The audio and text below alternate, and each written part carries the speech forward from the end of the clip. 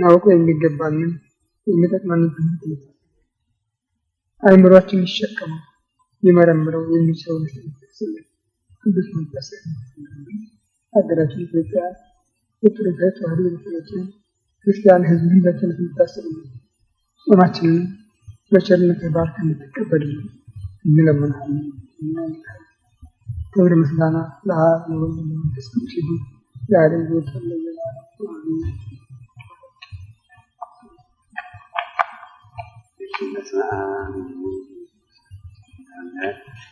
አንድ አምላክ በተባሉ በአብ ወይም በሥላሴ እያመንኩና እየተመኩ ጠላቴን እክዳለሁ። ጠላቴ ሰይጣንን እክዳለሁ። በዚህ በእናቴ በዚህም ዓለም ወዲያኛውም ዓለም እሷን እናመሰግንሃለን። አቤቱ እናከብርሃለን። አቤቱ እንገዛላለን። አቤቱ ቅዱስ ስምህን እናመሰግናለን። አቤቱ እንሰግድልሃለን። አንደበትም ሁሉ ለአንተ ይገዛል። አምላኮች አምላክ ንጉሶች የሥጋ የነፍስን ፈጣሪ አንተ ነህ። እናንተ በምትጸልዩበት ጊዜ እንዲበላችሁ ጸልዩ። ማለም እንጠራለን። አባታችንን ሰማያት የምትኖር ስምህ ይቀደስ፣ መንግሥትህ ፈቃድህ በሰማይ እንደሆነች እንዲሁ በምድር ትሁን። የዕለት እንጀራችንን ይቅር በለን እኛም የበደሉንን፣ ወደ ፈተና አታግባን አሜን። እንጂ መንግሥት ያንተ ናትና ኃይል፣ ምስጋናም ለዘላለሙ አሜን። እናታችን ቅድስት ድንግል ማርያም ላፉ ሰላምታ ሰላም እልሻለሁ። በሐሳብሽ ድንግል ነሽ፣ የአሸናፊ እግዚአብሔር እናት ሆይ ሰላምታ ላንቺ ይገባሻል። ከሴቶች ሁሉ አንቺ የተባረክሽ ነሽ፣ የማኅፀንሽ ፍሬ ጌታችን ኢየሱስ ክርስቶስ በረከትን የሚያድልሽ የባሕርን ጸጋ ደስ ይበልሽ፣ ደስ ይበልሽ። እግዚአብሔር ከአንቺ ጋር ነውና ከተወደደው ከጌታችን ከመድኃኒታችን ከኢየሱስ ክርስቶስ ዘንድ ይቅርታን ኃጢአታችንን ያስተሰርይልን ለዘላለሙ አሜን። ጌታችን አምላካችን ዛችን የካህናት አለቃ ኃጢአትን የሚያስተሰርይ ይቅር በለን። አባቶቻችን ኃጢአታቸውን ከልጅነት ተጋጭተና ያስተሰርይላቸው። ከዚህ ያላችሁ ልጆች ከኃጢአት የተነሳችሁ ንጹሐን ናችሁ። እግዚኦ መሐረነ ክርስቶስ እግዚኦ መሐረነ ክርስቶስ በእንተ እግዝእትነ ማርያም በእንተ እግዝእትነ ማርያም በእንተ እግዝእትነ ማርያም በእንተ እግዝእትነ ማርያም በእንተ ሚካኤል በእንተ ሚካኤል በእንተ ገብርኤል በእንተ ገብርኤል በእንተ ሩፋኤል በእንተ ሩፋኤል በእንተ ራጉኤል በእንተ መላእክት በእንተ ነቢያት በእንተ ጊዮርጊስ በእንተ ጊዮርጊስ በእንተ እግዚኦ መሐረነ እግዚኦ መሐረነ እግዚኦ መሐረነ መንፈስ ቅዱስ ያወቀውን ሰይጣን የሰወረውን ቃል እግዚአብሔር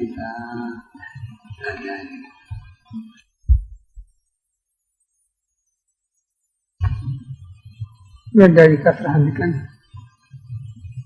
1996 ዓመተ ምህረት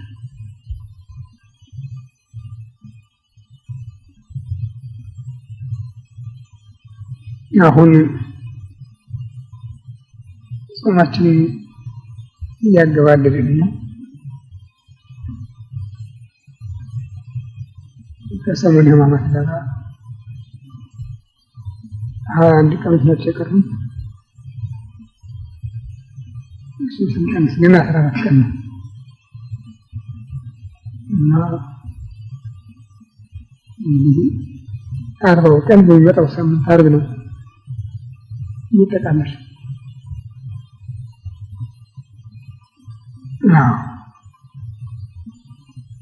በቤተ ክርስቲያናችን ባህል መሰረት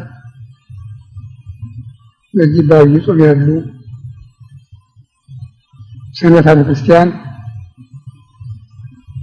ጌታ በዚህ ዓለም በማስተማር በቆየባቸው 3 ዓመት ከ3 ወር በቆየባቸው ጊዜዎች የሰራቸው ስራዎች ባደረጋቸው ታምራቶች ነው መታሰቢያነታቸውን የያዙ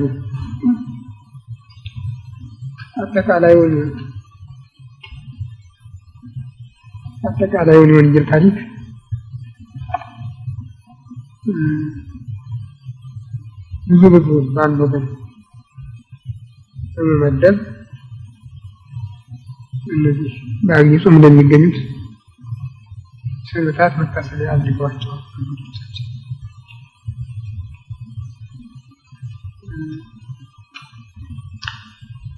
አከፋፈሉ ከቅዱስ ያሬድ የተወሰደ ነው። የዜማው የአገልግሎቱ የመዝሙሩ ስርዓት በጠቅላላው ለ56ቱ ቀኖች የተመደበ ነው እና 56ኛው ቀን ፋሲካ ተብሎ አዲስ የአገልግሎት የምስጋና የትምህርት ወቅት ሲከፈትበት፣ ይሄ ግን በመካከሉ ጾመ ድጓ ተብሎ የጾም ምስጋና የጾም አገልግሎት የሚከናወንበት ነው። ስለዚህም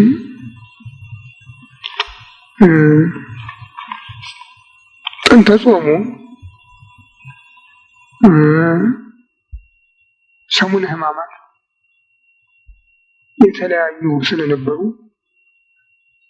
ሐዋርያት ለስብከተ ወንጌል በመፋጠን ትእዛዙን በዲስቅልያ ያሳረፉት እንጂ በስራ ላይ ለማዋል እድል አላገኙም ነበረ።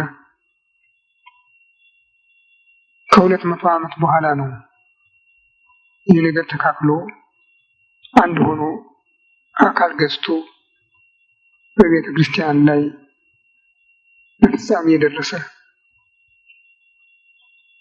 እና ይህንን ሲያደርጉ ደግሞ ሰሙነ ሕማማትንና 40ውን ቀን ብቻ አይደለም። በ40ው ቀን ውስጥ የሚገኙት ሁለቱ ሰንበታት ቅዳሜና እሑድ እንደ ሰኞ ማክሰኞ የማይጾሙ በመሆናቸው ክብረ ሰንበት ተጠብቆ ከ3 በኋላ መጾም ስለማይቻል የዚያን ጉድለት የሚያሟላ የ5 ቀን ጾም አስቀድመው መስርተዋል። ይህም ዘወረደ የምንለው ነው። የመቀበያ ጾማችን ከሰኞ እስከ ዓርብ ያለው የጾሙ ሰዓትም ከሌሎች የተለየ ነው። 12 ሰዓት ነው።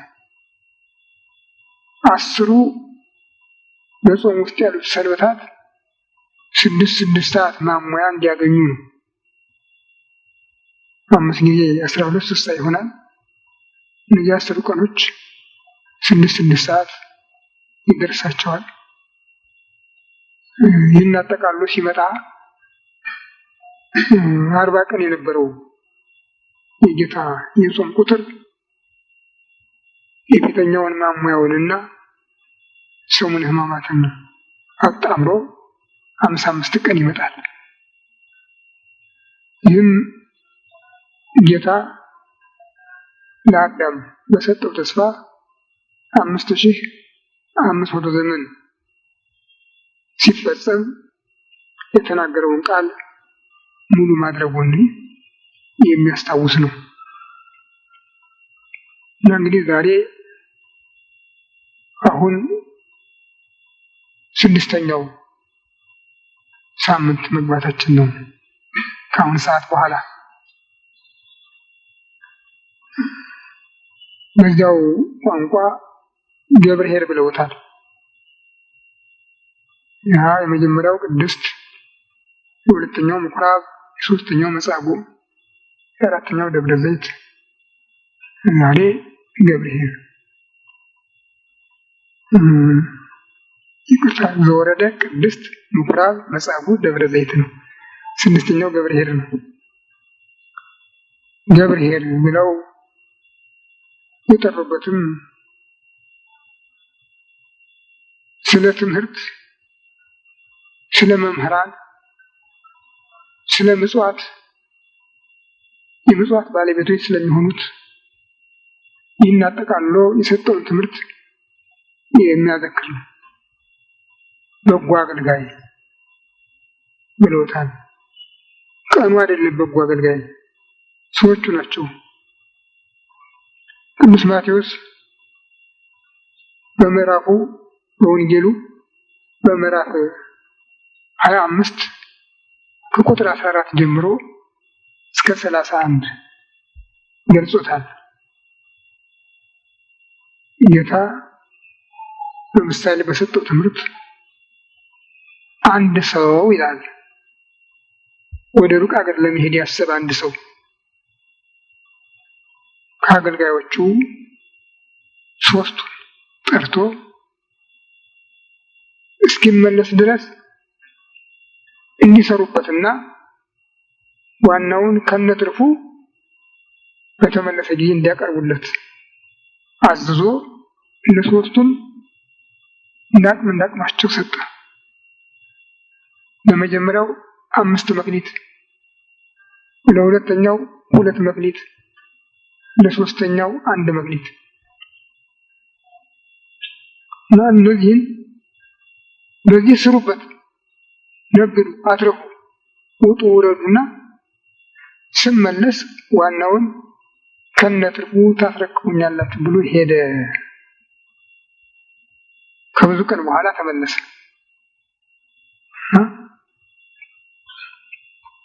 እነዚያ ሰው የጠየቀ ምን እንደሰሩ እንደታዘዙት ማድረጋቸውን አለማድረጋቸውን ጠየቀ። የመጀመሪያው ቀረበ። ጌታዬ 5 መክሊት ሰጥተኸኝ ነበረ፣ አሁን ወጥቼ ወርጄ 5 አትርፌ 10 አድርጌዋለሁ አለው። ገብርኄር ዘበውሁድ ምእመነ ኮንከ ይበብዙ ሰይመከ በውስተ ፍስሓሁ ለእግዚእከ። አንተ የታመንክ በጎ አገልጋይ በጥቂቱ የታመንክ ከሆነ ስለተገኘህ በብዙ ሾመሃለሁ፣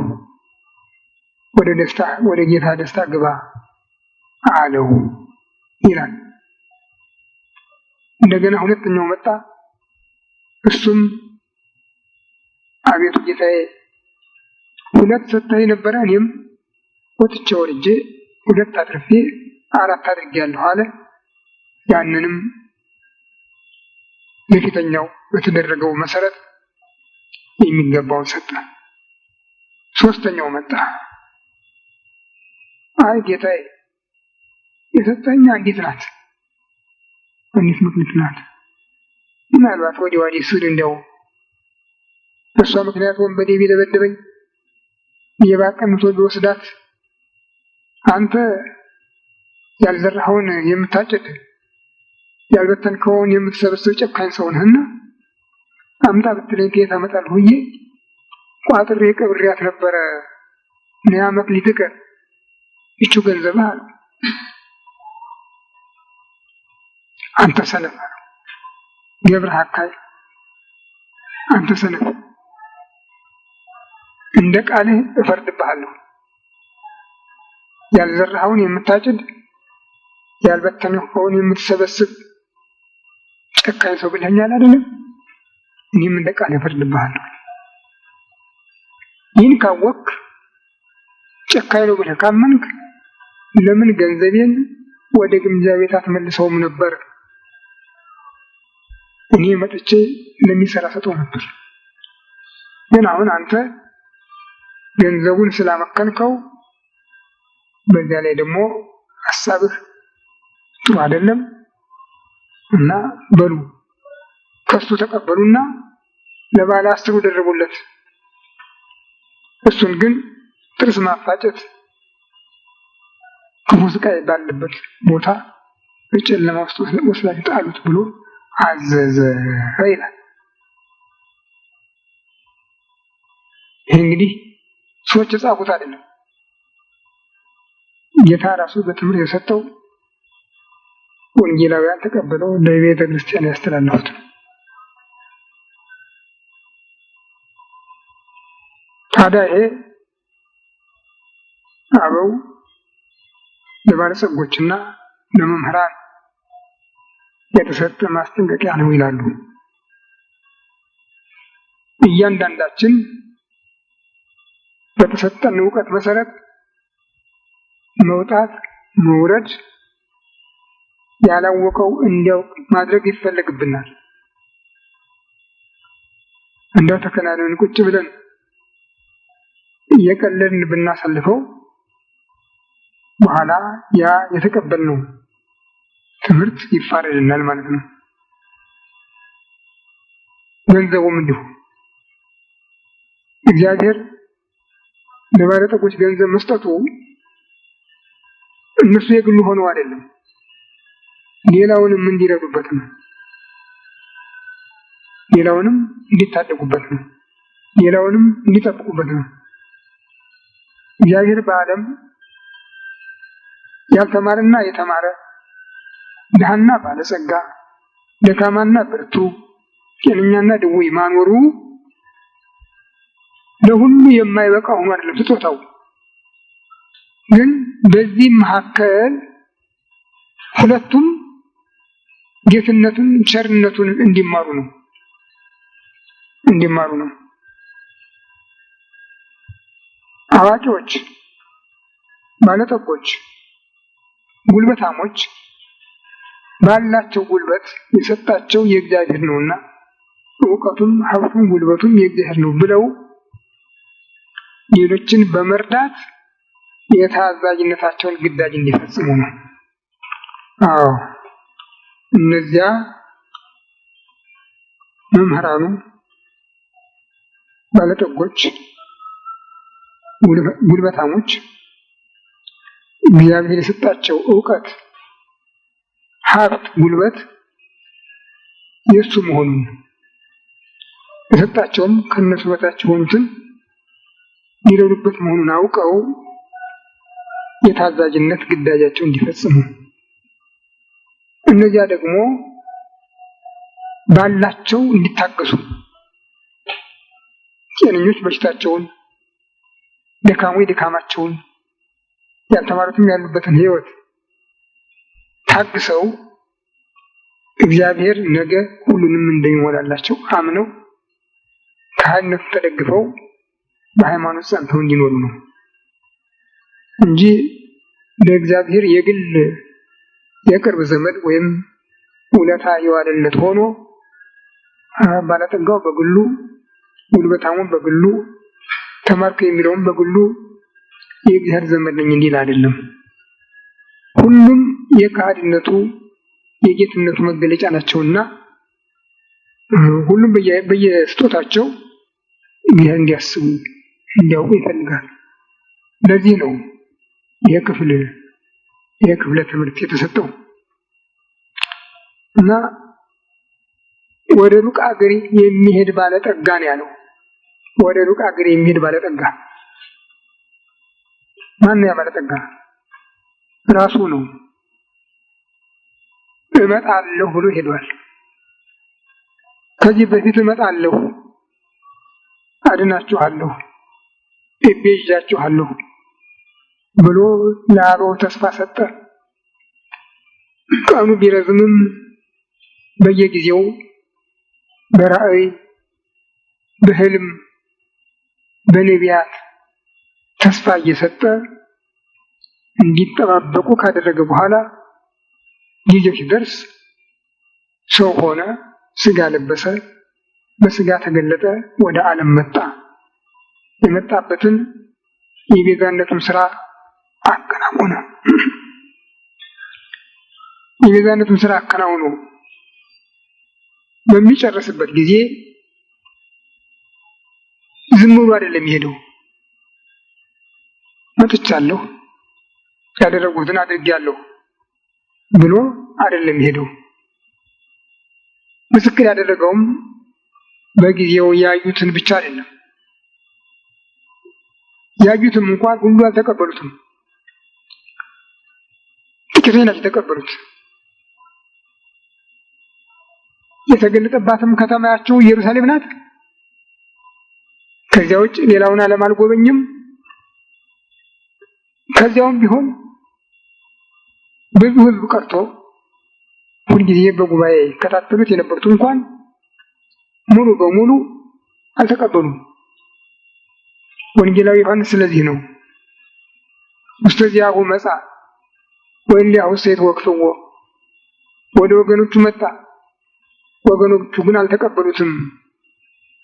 ወለለ ሴት ወክፍዎ ወሀቦሙ ስልጣነ ወለደ እግዚአብሔር ይኩኑ፣ ለተቀበሉት ግን የእግዚአብሔር ልጆች እንዲሆኑ ስልጣን ሰጣቸው። እስመ ይኮኑ እምነ ሥጋ ወደም፣ እነዚህ የተቀበሉት ከስጋ ከደም የተወለዱ አይደሉም። ወይም ስምረተ ብእሲ ወብእሲት፣ ከባልና ከሚስት ፍላጎትም የተገኙ አይደሉም። አላ እምእግዚአብሔር ተወልዱ፣ ከእግዚአብሔር የተወለዱ ናቸው እንጂ ብሎ ለተቀበሉት ለጥቂቶቹ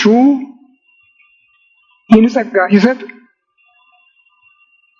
ያስተማረውን ትምህርት ሰምተው ያደረገውን ታምራት የሰራውን ምግባር ትሩፋት አይተው አንቀበልም ያሉ ሁሉ ቀርተዋል። እንግዲያ ቅዱስ ዮሐንስ በወንጌሉ ምዕራፍ 3 እንደጻፈው ኒቆዲሞስ የተባለው የአይሁድ ከአይሁድ ሊቃውንት አንዱ በትንቢቱ መሰረት መምጣቱን አምኖ ተቀብሎ ነበረ። አንዳንዶችም እንደሱ ያሉ ነበሩ። ግን ወጥተው በግልጽ ለሕዝቡ ማስተማር አልፈለጉም፣ አልፈቀዱም። ሕዝቡም ባየው በሰማው ሊቀበሉ አልቻለም እና በዚህ ፈንታ ቀስቃሾች በሰጡት መምሪያ ሕዝቡ ሁሉ ተሰብስበው ይሙት በቃ ነው የፈረዱበት። ይሙት ይሰቀል፣ ምን ላድርገው አለ ጲላጦስ። መረመርኩት እኮ መረመርኩት፣ በደል አላገኘሁበትም ቢላቸው ይሙት ነው ያልንህ ለምን ጠይቀናለን ያሉት። እንግዲህ እኔ ከደሙ ንጹህ ነኝ ብሎ ሲታጠብ ደሙ በእኛና በልጆቻችን ላይ ይሁን ነው ያለው። እናንተ ያገባህም ነው ያሉት። እስከ ዛሬ ደማቸው ይፈሳል፣ አቋርጥም ይፈሳል፣ ገና እስከ ዕለተ ምጽአት ይፈሳል። እና በዚያው በተፈጸመው በዚያ ጊዜ በተፈጸመው ይቅር አይደለም ያለ። እናንተስ የሰው ልጅ በአዲስ ዙፋን በሚገለጥበት በዳግም ልደቱ እናንተም በ12 ወንበር ላይ ተቀምጣችሁ በ12ቱ ነገደ እስራኤል ላይ ተፈርዳላችሁ ብሎ ዳግም ልደት የተባለ ትንሣኤውን ከፈጸመ በኋላ 12ቱን ደቀ መዛሙርቱን ለዓለም በወንበሩ ሾሞ ሄደ። ይህ ሹመት ደግሞ በእነሱ ብቻ አይደለም የተወሰነ። በእነሱ ብቻ ቢወሰንም ኖሮ እነዚህ 12 ሰዎች ሲሞቱ ሁሉ ነገር ይቆም ነበር። አይደለም፣ እነሱ መሸጋገሪያ ናቸው እንጂ የተሰጠ በዚያ ጊዜ ለተወለዱት ብቻ አይደለም። ገና ወላጆቻቸው እንኳን ላልተረገጡት ጭምር ነው የተሰጠው። እና ሐሙስ ማታ ባደረገው የመጨረሻ ጸሎቱ ቅዱስ ዮሐንስ በጻፈው በምዕራፍ 17 በቁጥር 20 ላይ ዋኮ በእንተ እሉ ባሕቲቶሙ ዘእስእለከ አላ በእንተ ሂለ ያምኑ በየ በቃሎሙ፣ ስለ እነዚህ እለምንሃለሁ ብሎ ተናግሮ ነበርና እዚያ የሚሰሙት የእነሱ የግል አድርገው ብቻ እንዳይመለከቱት የምለምንህም ስለ እነዚህ ብቻ አይደለም በቃላቸው ስለሚያምኑብኝ ሁሉ ነው እንጂ ብሎ እስካሁን የተነሱ አባቶቻችንን እኛንም እዚያ ቁጥር ውስጥ አስገብቶ ወደፊትም የሚነሱትን እስከ ዕለተ ምጽአት ያሉትን ክርስቲያኖች ላጠቃሉ ነው ይህን ቃል የተናገረው። እና እነዚያ እመጣለሁ ብሎ ነው የሄደ። እመጣለሁ፣ አሁን እሄዳለሁ፣ ግን እመጣለሁ ብሎ ነው የሄደው። በዕለተ ዕርገቱ በስፍራው የነበሩ መላእክት ነጫጭ ልብስ በለበሱ አምሳል ሆነው ቆመው እናንተ የገሊላ ሰዎች ምን አንጋጣችሁ ሰማይ ሰማይ ትመለከታላችሁ? ይህ እኮ ከእናንተ ተለይቶ ወደ ሰማይ የሚያርገው ኢየሱስ ነው። አሁን ሲያርግ እንዳያችሁት ወደፊትም ይመጣል ነው ያለው ብሏል። ወንጌላውያን በልዩ ልዩ ስፍራ ጽፈውታል። በተለይም ቅዱስ ማቴዎስ በምዕራፍ 24 የዓለሙን ጠቅላላ ሁኔታ የዳሰሰበትን ትምህርት በጻፈበት ክፍል የሰው ልጅ አመጣጡ እንዲህ አይደለም፣ እዚህ ነው እዚያ ነው ቢሏችሁ አትቀበሉ። በድብቅ የሚመጣ ነገር የለም። መብረቅ አንድ ጊዜ ብልጭ ሲል ከምስራቅ እስከ ምዕራብ እንደሚታይ የሰው ልጅ አመጣጡ እንዲሁ ነው። የሰው ሁሉ ዓይን እያየው ነው የሚመጣ ነው ያለ እመጣለሁ ብሏል። ስለዚህ ነው እነዚያን 3 አገልጋዮች አቅርቦ ገንዘቡን ባከፋፈላቸው ነጋዴ ራሱን መስሎ ትምህርት የሰጠ ለዚህ ነው። ያ ሀብታም ያ ባለጠጋ ነጋዴ ወደ ሩቅ አገር ሲሄድ ከቤተሰቦቹ ታማኝ ናቸው የሚባሉትን ችሎታ አላቸው የሚባሉትን 3ቱን መርጦ ለአንደኛው 5 ለሁለተኛው 2 ለሶስተኛው 1 መክሊት ሰጥቶ በዚህ ሰርታችሁ ነግዳችሁ አረፋችሁ ዋናውን ከነትርፉ አቆዩኝ ብሎ ሄደ። ሲመጣ ግን የሰሩ ሰርተው ሲገኙ ሰነፉ ደግሞ ያችኑ ቋጥሮ እንደዚህ ወዲህ ሲል ቆይቶ እኔ ይችውልህ ገንዘብ እኔ አንተ ጨካኝ ሰው ነህ እኮ ጨካኝ ሰው ነህ፣ ያልዘራኸውን የምታጭድ ያልበተንከውን የምትሰበስብ ነው ያለው። አማጽያን የራሳቸውን ጥፋት ከማመን ይልቅ መጋፋት ይቀናቸዋል። አልቻልኩም ማለቱ በበቃው ነበር፣ ፈራው ማለቱ በበቃው ነበር። ግን ምንድነው ያለው? አንተ ጽኑ ጨካኝ ስለሆንክ ነው ያለው። እግዚአብሔርን አድላቢ ነው ያስመስለው። ዛሬም የምናየው እንደሱ ነው። ተማርን የሚሉት ሊቃውንቱ ትምህርቱ የግላቸው ለእነሱ ብቻ እንደተሰጠ አድርገው ነው የሚያዩት። ሀብት አላቸው የሚባሉት ባለጠጎችም ሀብቱ የእነሱ የግል እንደሆነ አድርገው ነው የሚያዩት። ጉልበት አላቸው የሚባሉት ሊረዱ የሚገባቸውም ጉልበቱ የእነሱ የግል በግል የተሰጣቸው አድርገው ነው የሚያዩት እና ሌላውን ይጸየፉበታል፣ ይንቁበታል፣ ይሳደቡበታል። እግዚአብሔር እንደሰጣቸውም አያምኑ። ራሳቸው በእውቀታቸው በጥረታቸው እንዳገኙት እንደጠበቁት አድርገው ነው የሚቆጥሩ። ስለዚህ ይፈረድባቸዋል።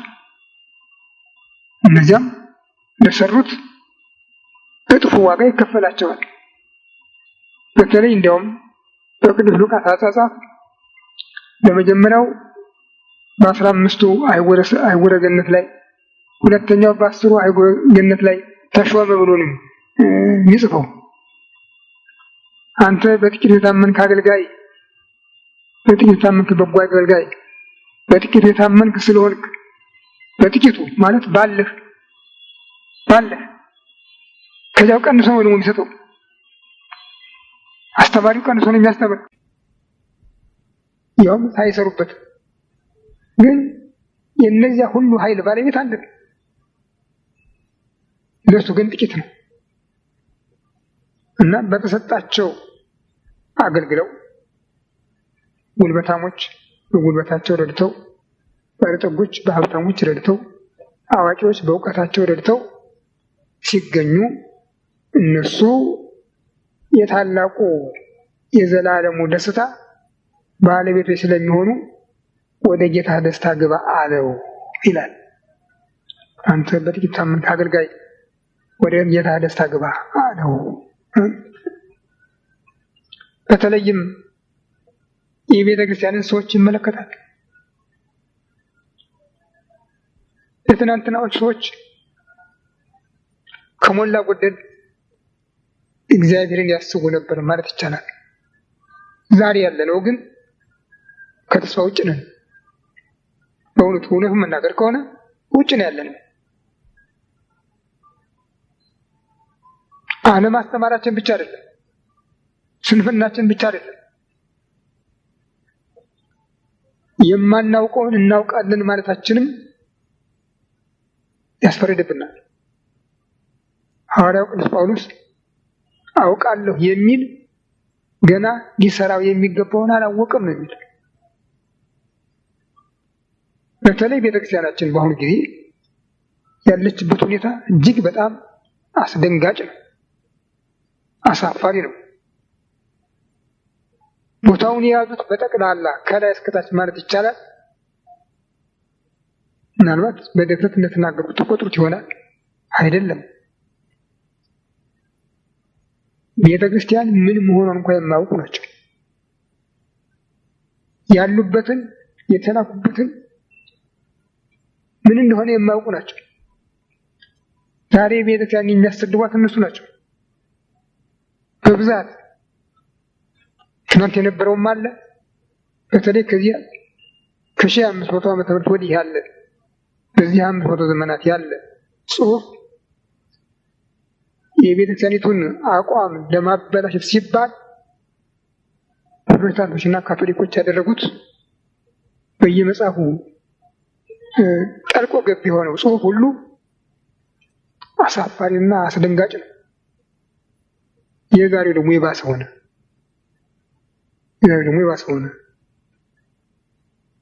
ቅድም የጠቀስኩላችሁ አንድ መጽሐፍ ነበር አለ። እሱ ሲጠቅስ አሁን የቤተክርስቲያን ጥፋት ብሎ ከጠቀሰው አንዳንዱን የማናስተባብለው ሆኖ ይገኛል። ለምሳሌ መጽሐፈ ዚቅ ወመዝሙር የሚል መጽሐፍ ጠቅሷል። እሱ የቤተክርስቲያን መጽሐፍ ነው ብሎ እና በዚያ ውስጥ ምን የሚል ነው ያለው ቃሉ? መርቆሬዎስ ስለኛ ተሰቅሏል፣ መርቆሬዎስ ስለኛ የሾህ አክሊል ደፍቷል የሚል ነው ያለበት። የእሱ ውሸት ነው እንዳለ ለራሴ አይቼዋለሁ።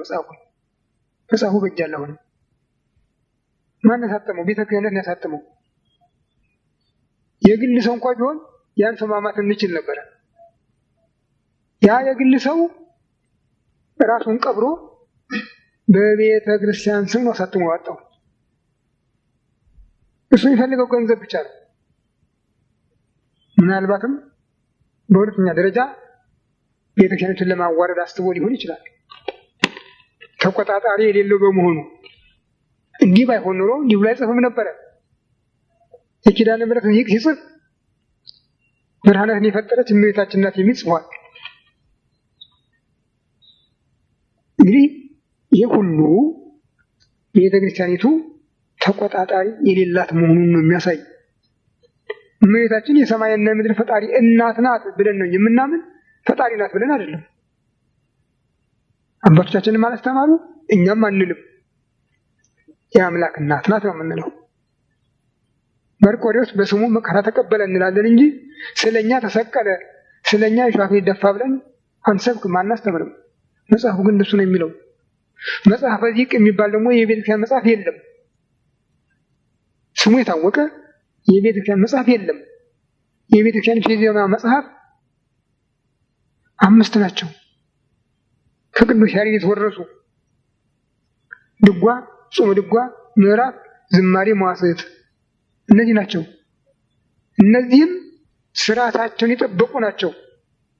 የአምላክን ለአምላክ የቅዱሳንን ለቅዱሳን የሰጡ ናቸው እንጂ ቅዱሳንን በአምላክ ቦታ ተክተው የሚናገሩ አንድም የሉ። ያንንም ውለንበታል። ይህ መጽሐፈ ዚቅ የሚባለው የዘመናዊው ተማሪ የማስታወሻ ደብተር እያለ ከሳይንሱም ከሂሳቡም ከእያንዳንዱ እየቀነጨበ የሚጽፍበት ማስታወሻ ደብተር ያህል ጎንደር የገባ ያቋቋም ተማሪ አንዳንዱ እየቸኮለ ይዞ ለመውጣት የማይችል ስለሆነ፣ አንዳንዱ ደግሞ ትምህርቱ እየጸነ ነው ሲወጣ ባዶ መውጣት እያፈረ በየበላናው ቅፋፍ ድሮ ይጽፍ ነበረ። አሁን ደግሞ ወረቀት በዛለት። ያንንም እየሰበሰበ ዝም ብሎ ሰው አያውቅም፣ ምን እንደሚል አያውቅም። መጮሁን ብቻ እንደዚህ እንደ ሙዚቃ መሳሪያው እንደ ፒያኖ እንደሌላው እንደዚህ አይነት ድምፁን አብሮ መጮሁን ብቻ እንጂ ምስጢሩ ምን እንደሆነ አያውቅም። ያንን ነው ይሁን ያ የያዘው እንደሆነ ይሁን በብቻው። ግን ቤተ ክርስቲያኒቱ ይህንን በማኅተም አባስታ ለቤተ ክርስቲያን ስታከፋፍል ምን ይላል ብላ አልጠየቀችም። ማንም አልተቆጣጠረውም። እንግዲህ የሊቃውንት ጉባኤ የለም ማለት ነው። ላይ ያሉት እንዳይቆጣጠሩ ቆብ ብቻ ነው ያላቸው፣ ሌላ የላቸውም። እታች ያሉት እንዳይቆጣጠሩ ሆድ ብቻ ነው ያላቸው፣ ሌላ ነገር የላቸው። እና ቤተክርስቲያኒቱ በመሃል ቀረች። ዘንድሮ የጥምቀት በዓል ሲከበር የሚያሳዝን እኮ ነው። ከቤተ ክህነቱ አንድ መጽሐፍ ወጥቷል። ርዕሱ ምንድን ነው የሚል? ጥምቀት ዳግም ልደት የሚል ነው። ዳግም ልደት፣ የክርስቶስ ጥምቀት ዳግም ልደት ተብሏል። በወንጌል እንዲህ የሚል የለም። ክርስቶስ ዳግመኛ ተጠመቀ የሚል የለም። ዳግም ልደት የሚለውን ትምህርት ያመጣው ራሱ ባለቤቱ ነው። ሲያስተምር ዳግመኛ ከውሃና ከመንፈስ ቅዱስ ያልተወለደ ወደ እግዚአብሔር መንግሥት አይገባም፣ የእግዚአብሔርን መንግሥት አያይም ሲል የምዕመናንን ጥምቀት በመሰረተበት ቃሉ ይህን ተናገረ እንጂ የእኔ ጥምቀት ዳግመኛ ልደት ነው አላለም። ግን የስብከት ክፍሉ የስብከት መምሪያው ይህን ያወጣው ዳግም ልደት ብሎ። ይህን ታዲያ ፕሮቴስታንቱ ሊቀበለው ዋሻ አይባልም። ምን ሊባል ነው? ያም ሰው እየጠቀሰው አሁን ዋሻ አይደለም በዚህ አንጻር። ግን ይህንን ማን ያርም? ማን ያስተካክል? ቤተክርስቲያችን እዚህ ውድቀት ላይ የደረሰችው በጣም የሚያሳዝን ነገር ነው። አናውቅም ማለት እኮ ክብር ነው፣ ክብር ነው፣ ውርደት አይደለም። በቤተ ክርስቲያን ስም መናገር ደግሞ ሌላ ነው። በራስ ስም መመስከር እንኳን የሚያስቀጣ ከሆነ በቤተ ክርስቲያን ስም መመስከር ደግሞ የበለጠ የሚያስጠይቅ ነው። እሱ እኮ ጥንቅቅ አድርጎ አስተምሮ እኮ ነው ሂዱና አስተምሩ ያላቸው። ጆሮ ጠገቦችን አይደለም፣ ጥራዝ ነጠቆችንም አይደለም። 3 ዓመት ከ3 ወር ጥንቅቅ አድርጎ ካስተማረ በኋላ ሂዱ አስተምሩ አለ።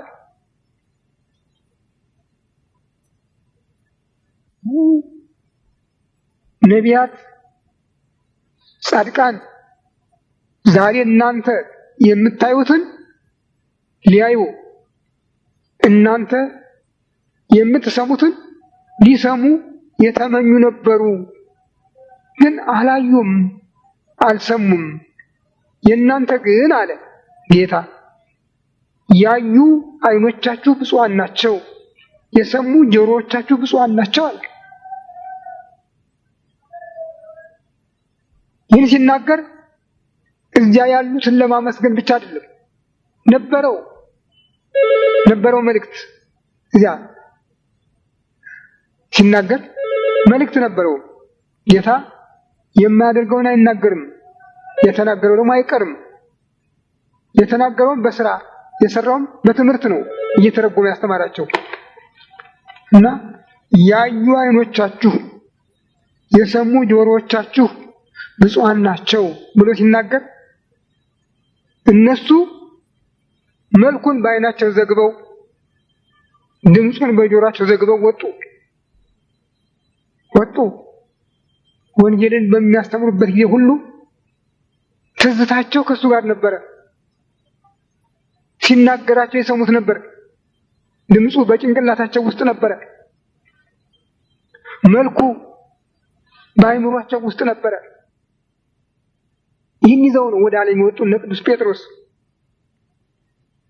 ይህን ይዘው ነው ታዲያ እነሱም ሲናገሩ ሲያስተምሩ ያስተማሩትን የተናገሩትን አዋል ብሎ የተቀበላቸው ሁሉ የጌታን መልኩን ለማየት ድምፁን ለመስማት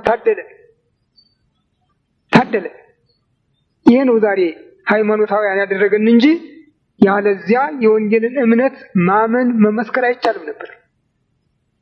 ወንጌል በተነበበበት ስፍራ ሁሉ በሚነበብበት ስፍራ ሁሉ ያ በሐዋርያት ዓይን የተሳለው የጌታ መልክ፣ በሐዋርያት ጆሮ ውስጥ የተቀረጸው የጌታ ድምፅ በአማኞች ልብ ውስጥ ይበቅላል፣ ያድጋል።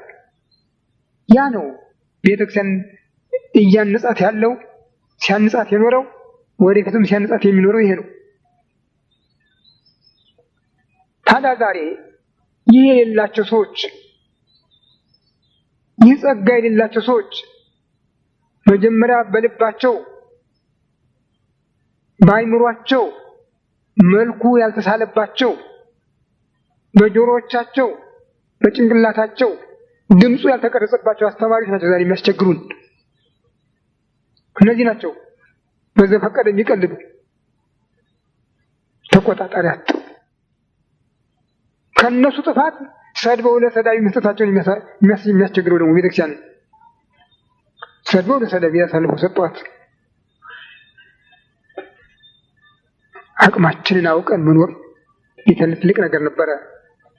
ለዚህ ነው አንተ በጎ አገልጋይ በጥቂቱ የታመንክ ስለሆንክ በብዙ እሾምሃለሁ ያለ። ራሳቸውን ተቆጣጥረው አዋቂዎች በእውቀታቸው፣ ባለጠጎች በሀብታቸው፣ ብርቶች በጉልበታቸው ሳይመኩ የእግዚአብሔር መሆኑን አውቀው ለሚተርፈው እየተረፉ የሚገባቸውን አገልግሎት ማበርከት ሲችሉ ነው። ለዚህ ነው በቤተ ክርስቲያን ይህ የአንቀጸ መምህራን የአንቀጸ በውላን ትምህርት እንዲተላለፍ ይሆንና ስሙንም በዚህ እንዲጠራ የተደረገው በዚህ ምክንያት ነው። ሁላችንም ደርሰናል። በአባቶቻችን ግን ተተክተናል፣ በቦታው ተተክተናል። የእነሱን ያህል ችሎታ፣ እውቀቱ፣ እምነቱ አይኖረን ይሆናል፣ ይጎለን ይሆናል። ቢሆንም በአቅማችን ከተራመድንም ያ በሱ በኩል ይሞላ ነበረ። ያቃተን ትህትናው ብቻ ነው። ራሳችንን ዝቅ ማድረጉ አቃተን። ሌላም በአሁኑ ጊዜ በቤተ ክርስቲያን የሚሰራው ስራ ሁሉ እንጃ። እኔ ከኔ የበለጠ እናንተ ብዙ ቦታ ትደርሳላችሁ። እኔ እዚሁ ተቀምጬ የሚመጣልኝን ፍንጣሪ ነው መቀበል። ግን እናንተ ብዙ ትሰሙ ትችላላችሁ ብዬ አምናለሁ። እየበሉ የሚቀድሱ፣ እያመነዘሩ የሚቀድሱ፣ እየቀለዱ የሚኖሩ በቤተ ክርስቲያን እንዳሉ ይነገራል። በስፋት ነው።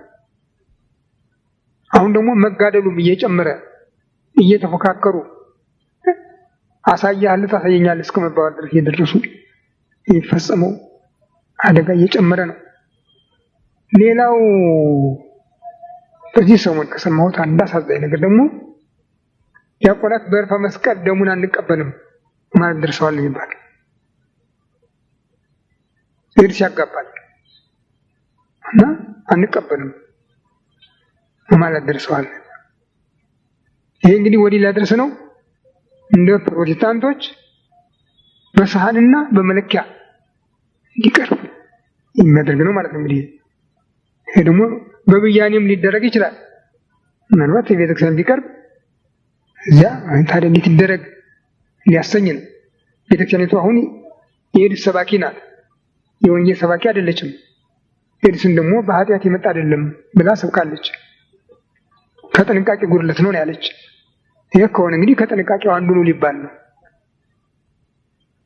ይህን የመሰለው ድፍረት፣ ይህን የመሰለው በደል በቤተክርስቲያን ላይ እየጨመረ ነው። በቃልም በጽሁፍም በማስተማርም በስራም እና ትልቅ ችግር ውስጥ ነው ያለን። ይህ በቸርነቱ እንዲያስበን መጸለይ ያስፈልገናል። በእውነት አጥብቀን መጸለይ ያስፈልገናል። ጌታ ብሏል፣ ወመሰባይክሙ ቀትለ ወአጽዋዕተ የጸቡን የንትርኩን የጭቅጭቁን የጦርነቱን የሞቱን የረሃቡን የቸነፈሩን የምድር መናወጡን የመለያየቱን ሕዝብ በሕዝብ ላይ የመነሳቱን መንግስት በመንግስት ላይ የመነሳቱን ወሬ ስሰሙ ቀኑ እንደቀረበ ወቁ ነው ያለ። መሸበር አይደለም አይቀርምና ተጨነቁለት፣ ግን ተጠንቀቁ። ሃይማኖት ይጠፋል፣ ፍቅር ይበላሻል፣ የርኩስ ነገር ሁሉ በተቀደሰ ቦታ ላይ ይቆማል። መከራው ብርቱ ነው ያለ። በቅዱስ ወንጌል ክርስቶስ ስም የከበረ የለም። ክርስቶስ እዚህ አለ ቢሏችሁ እንኳን አትሂዱ ነው ያለ። እዚህ አለ ቢሏችሁ ክርስቶስ አለ ሲሉን ያልናፈቅን ያልጓጓን ያልቸኮልን ምን የሚናፈቀን ነገር ነበረ? ግን አይደለም ማለት አትሂዱ ነው ያለ። አሁን ደግሞ የምታየው እሱ ነው። የምታዩት በየስፍራው በየጎጆው በየፕላስቲኩ መሰብሰቢያ ይሄ ነው ያለው። በዚህ ላይ ታዲያ ያቺ ትጥቋን አጥብቃ ስትዋጋ የኖረች ቤተክርስቲያን ኢትዮጵያን የክርስቲያን ደሴት ያሰኘች ቤተክርስቲያን ራሷ ባዶ ሆና ስትገኝ ደግሞ ምን ያህል ጭንቀት አለ! ያስጨንቅ ነው፣ ያስደነግጥ ነው በጣም።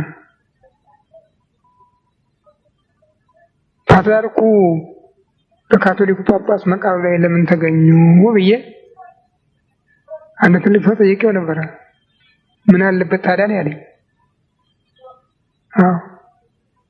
እንግዲህ እስላም ቢሆን ታዳላችሁ በማለት ነው አልኩት። አልመለሰልኝም። ምን አለበት ነው ወንድሞች፣ እስቲ እንጸልይ እግዚአብሔር ከፈተና እንዲያሳልፈን፣ ከዚህ ፈተና እንዲያሳልፈን ችላ ሳንል እንጸልይ። አምላካችን ጾማችንን ለበረከት አድርጎ ይቀበልልን፣ ክፉን ነገር ሁሉ ያርቅልን። ለዛሬ ዓመት ደግሞ በሰላም ደርሰን እንድናስበው እሱ ይፍቀድልን። ወደ አስማን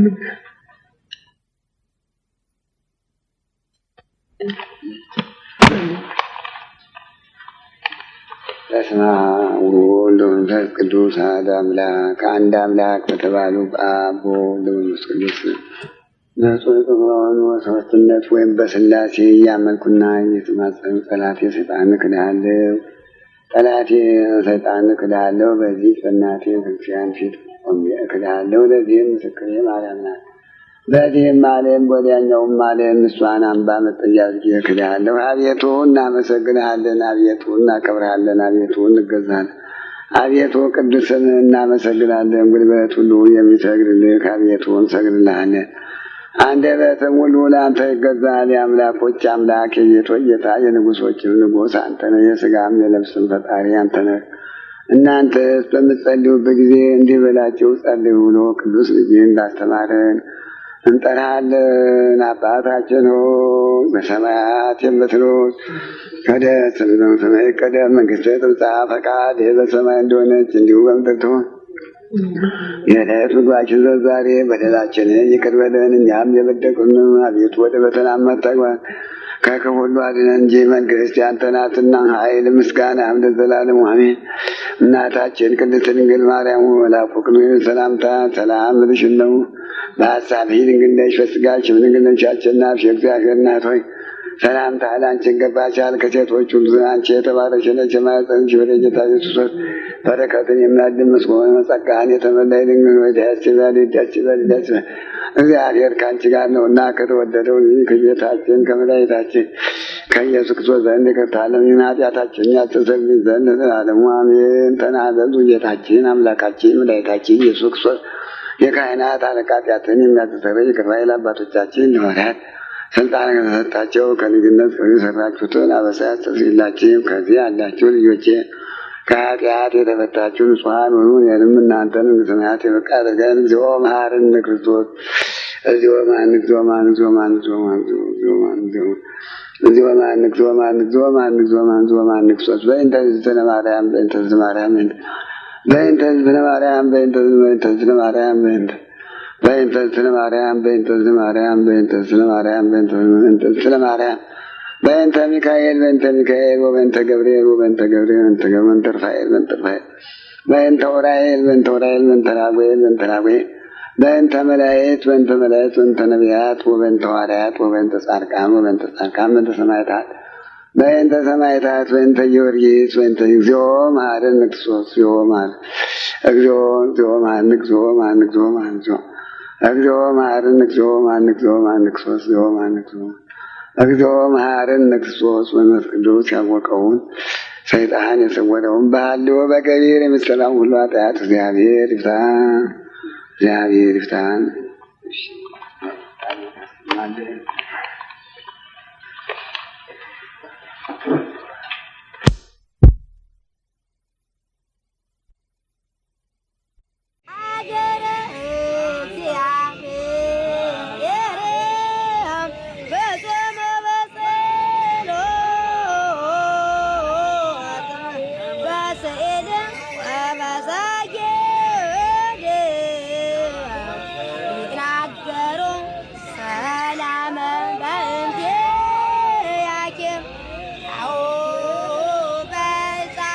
I